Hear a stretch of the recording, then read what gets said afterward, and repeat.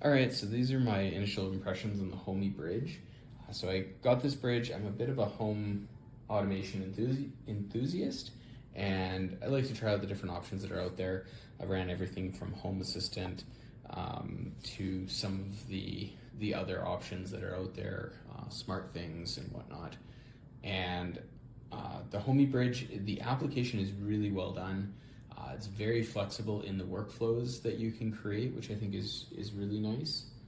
The the biggest downside that I wasn't aware of when I got this hub is that to connect more than 5 devices to the bridge and have it control them requires a monthly subscription.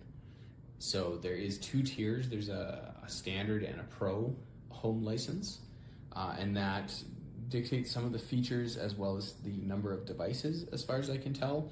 I'm not a big fan of the subscription model. I get that these companies have to make money and whatnot, but it wasn't what I thought it was going to be. So where I think this would work really well and what I'm going to continue to use it as is in my home theater.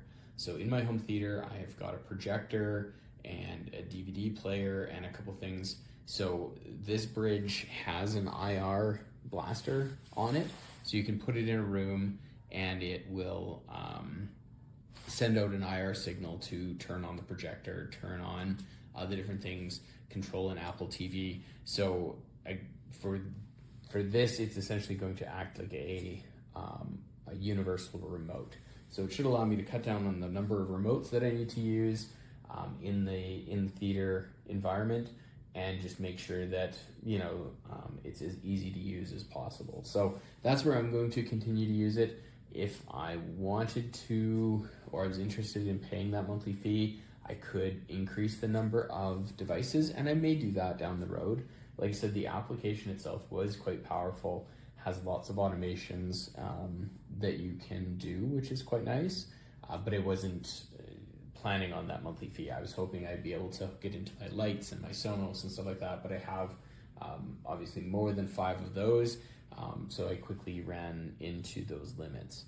But while I was testing it, I did get a chance to tie in a couple lights just to play with and stuff, and it does work really well. So if you're in an environment where you can keep it under that 5 devices or around that 5 devices, then awesome. If you are looking for a easy to set up home automation bridge for all of your dissimilar devices, so you've got a smattering of lights and you've got different things that don't necessarily talk to each other, the library that the Homey bridge supports is very broad.